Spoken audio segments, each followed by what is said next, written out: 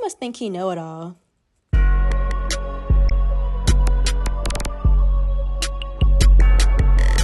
Yo, it's your boy Ben Miami. You are now tuned into another episode of the Wise Guy Podcast. First and foremost, we are now in playoff week. It is Wildcard weekend, and this is gonna be a short video. I'm just gonna go through all of the games, each game, and I'm gonna pick who I think is gonna win, why I think they're gonna win them, and then give out my keys of victory for each of the teams. And then I want to give out the key ways I think these teams can win. So first, let's start. First, we're gonna go to the Saturday games. First, we got Chargers versus Texans. So in this game, the Chargers the Chargers ranked 20th in offense, 11th in defense, 19th in passing, and 17th in rushing. The Houston Texans ranked 22nd in offense, 6th in defense, 21st in passing, and 15th in rushing. Now we do know that the Houston Texans are coming into this game hurt. Just getting a couple people back. They still have Nico Collins and C.J. Stroud and Joe Mixon, but they lost Tank Dell during the season when they played the Chiefs. They lost Stephon Diggs to the ACL tear, so this team is kind of banged up. And then we have the Chargers. The Chargers are just coming off of not going to the playoffs last year. They just got Jim Harbaugh, and they set an identity. They are a very gritty team. They're a very aggressive team. Defensive coach, so he's very aggressive, as we can see. But I'm very interested in this game because our knock on Justin Herbert, we know he's a great quarterback. A lot of us think that he is a generational talent. The way he throws the ball and everything, very accurate. He has, I think, one of the strongest arms in the league, other than like Josh Allen, Patrick Mahomes, even Jordan Love. But he has a strong arm too, and I really think I'm very interested in to see if he can win a playoff game, because as we seen time and time, can't win the big games, and I don't even think he has a playoff win. The Dolphins fans always wish they got Justin Herbert over Tua, but Tua has a playoff win. The Jaguar game when he went to the playoffs, he's 0-1. He had I think 20-point lead and they lost. But everybody thinks that Justin Herbert is a very talented quarterback, but I think it's time for him to prove that, and he can have a playoff run this year. The keys for the Chargers to win this game is first they have to neutralize the pass rush. As we know that the Houston Texans, they have Will Anderson, they have Hunter. They combined for 23 sacks and 33 tackles for this season. That's the team pressure rate is like very high in the league.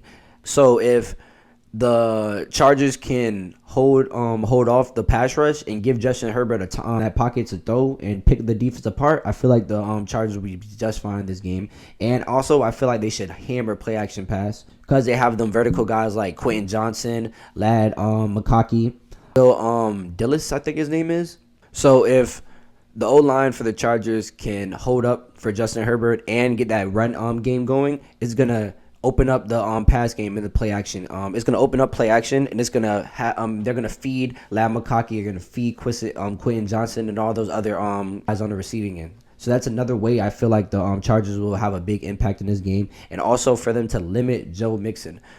If they want to win this game, they have to limit Joe Mixon, because like I said, C.J. Stroud doesn't have a lot of his weapons. He still has Nico Collins, but he doesn't have Stephon Diggs. He doesn't have Tank Dell. So, and plus, you have to dial out the blitz because that Texans O-line is not very good. I know that C.J. Stroud is at the top of getting sacked just before Caleb Williams, I think. And I feel like if they dial up a lot of blitz, it's going to be an easy game for the Chargers. So I think the Chargers are going to win. But there's ways that the Texans can win too.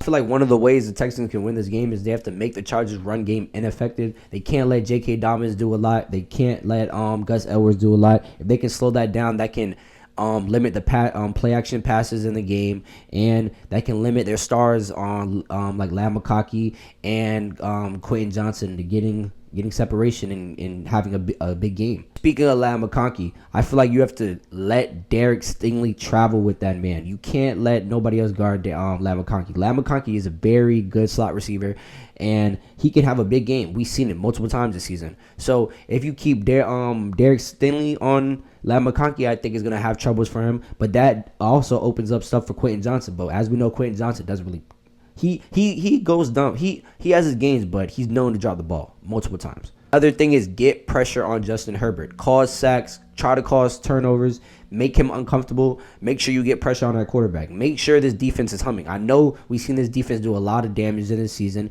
and that's really that's where their strong point for the Houston Texans is their defense. So that could be another way for them to slow down this offense with Justin Herbert, so the run game doesn't happen, and also make sure that Justin Herbert is not dialed in. Like, make sure he's uncomfortable. So that's a way I think the Houston Texans are going to win. But I really think the Chargers are going to win this game. My prediction is probably It might be an ugly one for the Houston Texans, but C.J. Stroud, he's in a sophomore slump. We know he's in a sophomore slump, but we know he can do great things. We've seen it multiple times. Can C.J. Stroud get over that hump for this team?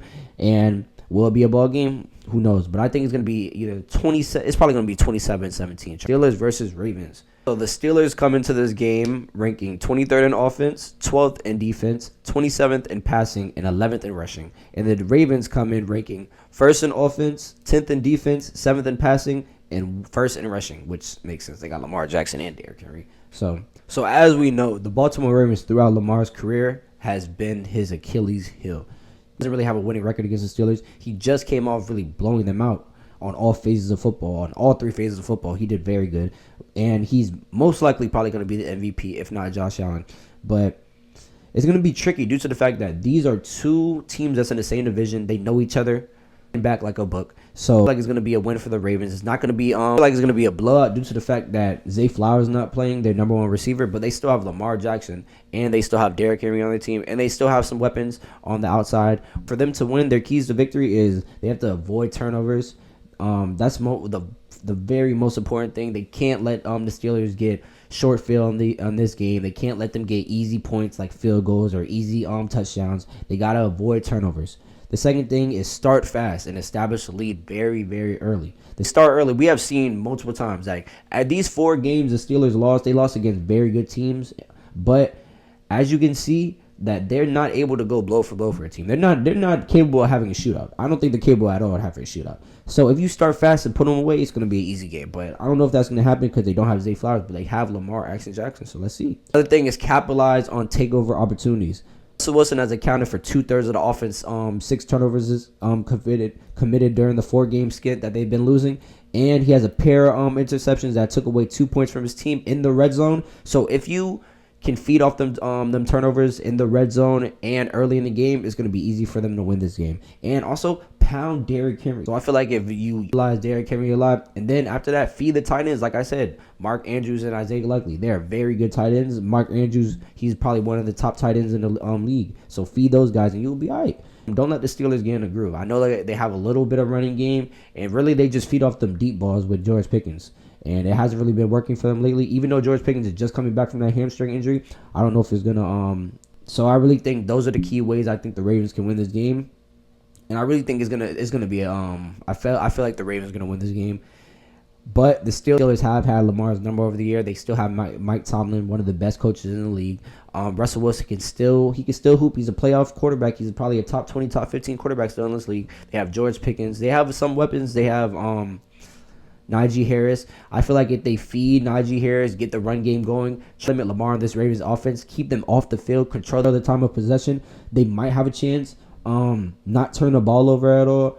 There's just like the Steelers are gonna have to have a perfect game to win this game. I feel like, and I don't think that's gonna happen. So, but they're a very gritty team. They're a defense first team. So if that defense can make Lamar uncomfortable, make Lamar hesitate and think off script and everything and not play like Lamar, then they have a chance to win. But I think this is going to be probably a close game. It's probably going to be like 21-17 or 28-17, something like that. But I like the Ravens to win.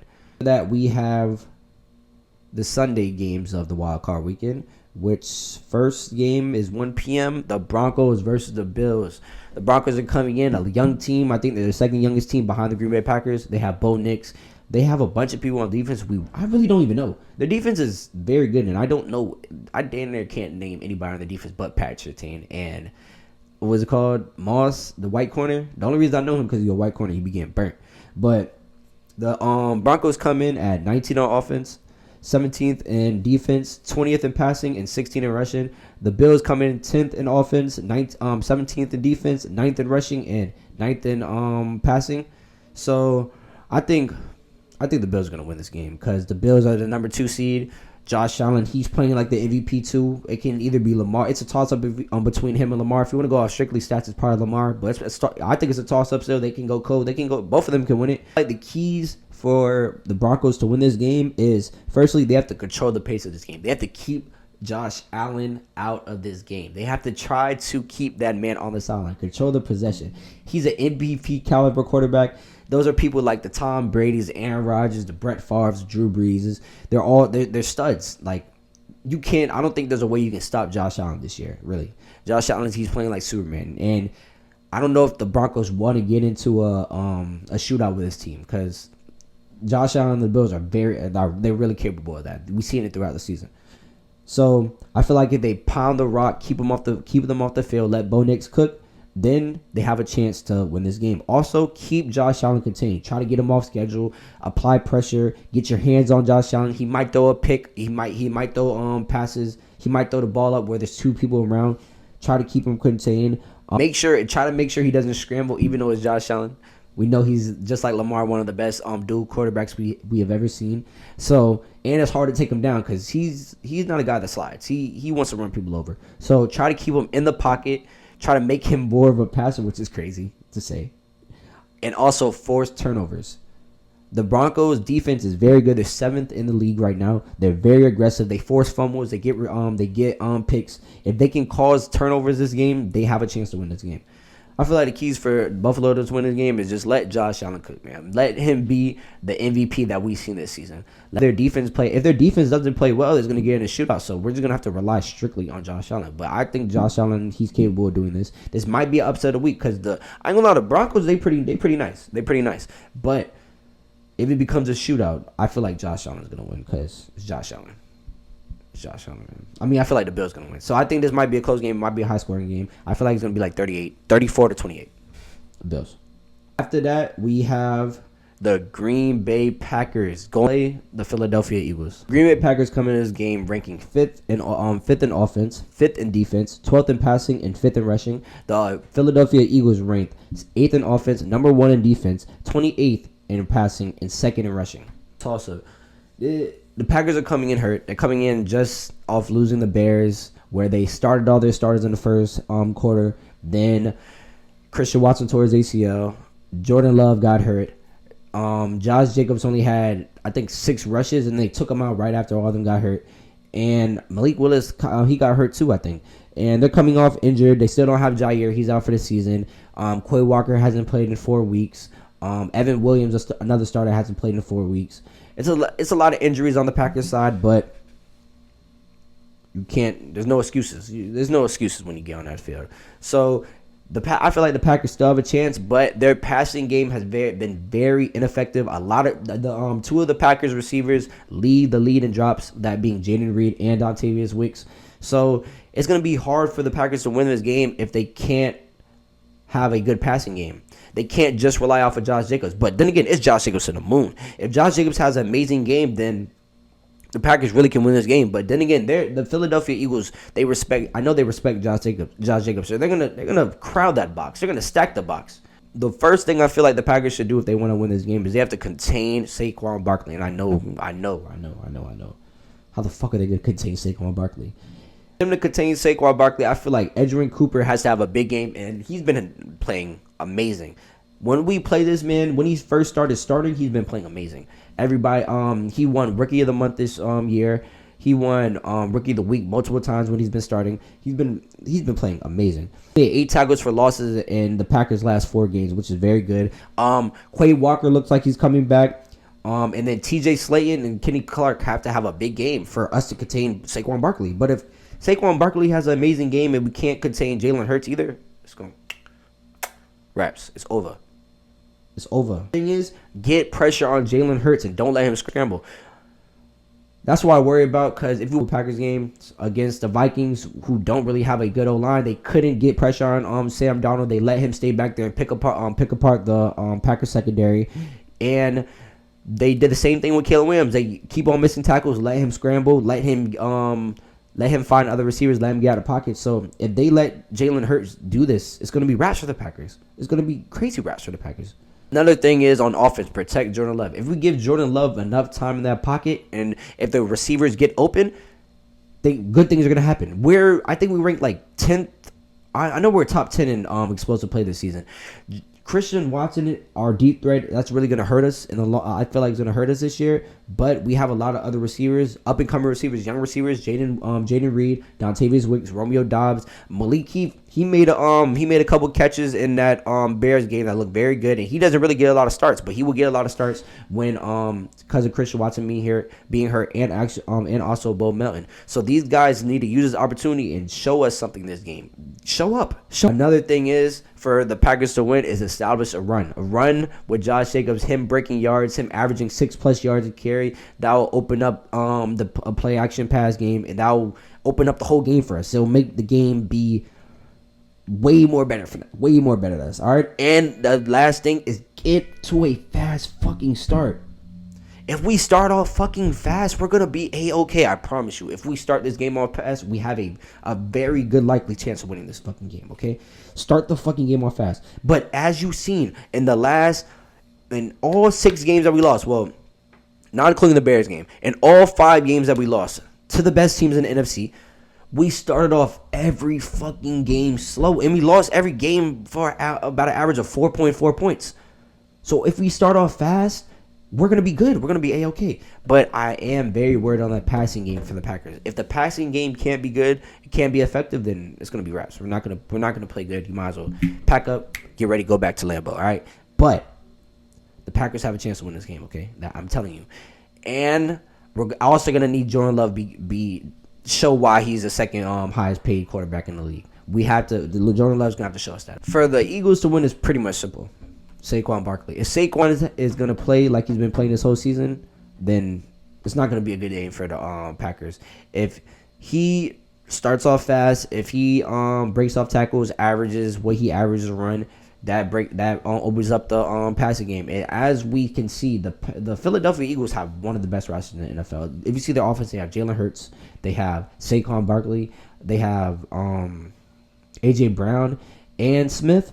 Come on, bro. Smith will be a number 1 anywhere else, and he's a number 2 on the Eagles. That just goes to show. And if Jalen Hurts can rush, if he can get out that pocket, that's going to be good for the Eagles too. And if they can, the Eagles can contain the passing game for the Packers, which is not really hard. The last couple games hasn't been good. These niggas, they have to get open. Get the fuck open, okay? If they can contain these guys with Cooper Jane, the one rookie from, I forget his name, but he's number 27. But if they can lock these players up for the Packers, then it's going to be an easy win for the Eagles. That goes to say,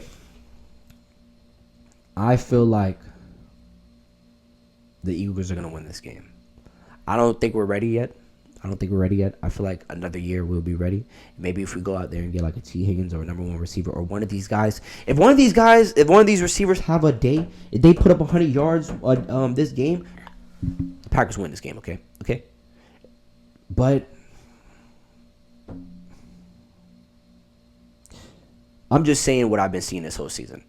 And we haven't showed yet that we can beat one of the best teams in the league. We beat Houston. You beat the Rams without Puka and Cooper Kupp. It's like, you got to show me something, all right? That we have the Bucks versus the Commanders with the last game on Sunday night. Coming in this game, and they rank 3rd in offense, 18th in defense, 3rd in passing, and 4th in rushing. The Commanders rank 7th in offense, 13th in defense, 17th in passing, and 3rd in rushing. I feel like this can be a very exciting game. We have a young quarterback, Jaden Daniels, playing against Baker Mayfield and the Bucks, and I feel like the keys for the Commanders to win, they have to stop the counter plays that the Bucks run. They have one of the best running back duos in the league, that being with White and Bucky Irvin. Bucky is a very good rookie running back, as we can see, and they run the ball a lot, and they do a lot of screen plays and a lot of play action plays. And if they can't stop those plays, it's gonna be a long day for the Washington Commanders. Failing to stop the run against the Bucks is gonna open up the play action game for Baker Mayfield, and Mike Evans is gonna eat. Like, he's gonna eat crazy. I feel like the Commanders have to sustain drives and keep the Buccaneers off the field. Jaden Daniels has to be who Jaden Daniels is, and has showed us this whole season. He has to get Brian Robinson eating. He has to get Terry McLaurin eating. He has to get Zach Ertz. All these players have to ball for them to win. And I think for the Bucks to win, they have to pound the rock, feed White, feed Bucky Irvin. Bucky Irvin might have a day. They set the tone that opens up the play action game. Make sure they get pressure on Jaden Daniels. Contain him. Don't let him escape the pocket. When he escapes the pocket, good things happen. Force their playmakers to make plays. Terry McLaurin is really their only playmaker we see, and then Brian Robinson Jr. He's really good, but I don't think they use him that well. He was on my fantasy team. That's probably why I'm saying that. The Bucks are the better team, but I like the Washington Commanders with the upset. I feel like Jane Daniels is gonna have a game, so I think it's gonna be a high scoring game. This might be like one of the best games. I feel like it'll be 34-27 Washington. After that, we have the last game, might be Monday night on Wildcard weekend. This game, I really like the Rams. The reason I like the Rams is, yes, the Vikings are playing very excellent ball. They're one of the best teams in the league. But the Vikings did lose to the Rams this season. They're one of their 4 losses, I think, or 3 losses. But the Vikings lost to the Rams this season. This is Sam Darnold's first playoff game ever. So he might get a little antsy. He might get a little scared.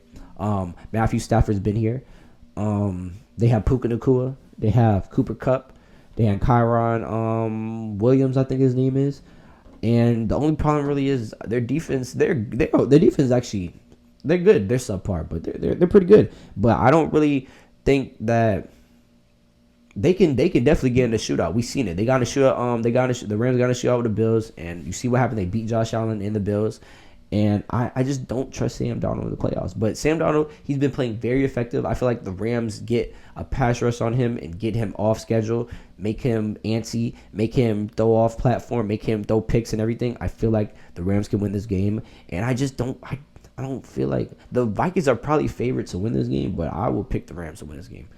Yes, they have Justin Jefferson. Yes, they have Jordan Addison. Yes, they have Aaron Jones. But I just like the Rams. I love the Rams, actually. And I feel like the people you should look at this game is Sam Darnold. If Sam Darnold has a very good game, then they win this game. But if he doesn't play, if he plays like he played against Detroit, where he had 3 people wide open in the red zone and he didn't throw to him, and they lost that game, then it's going to be one and done. Cinderella story over. Like how they were celebrating when they beat the Packers. Get out of here.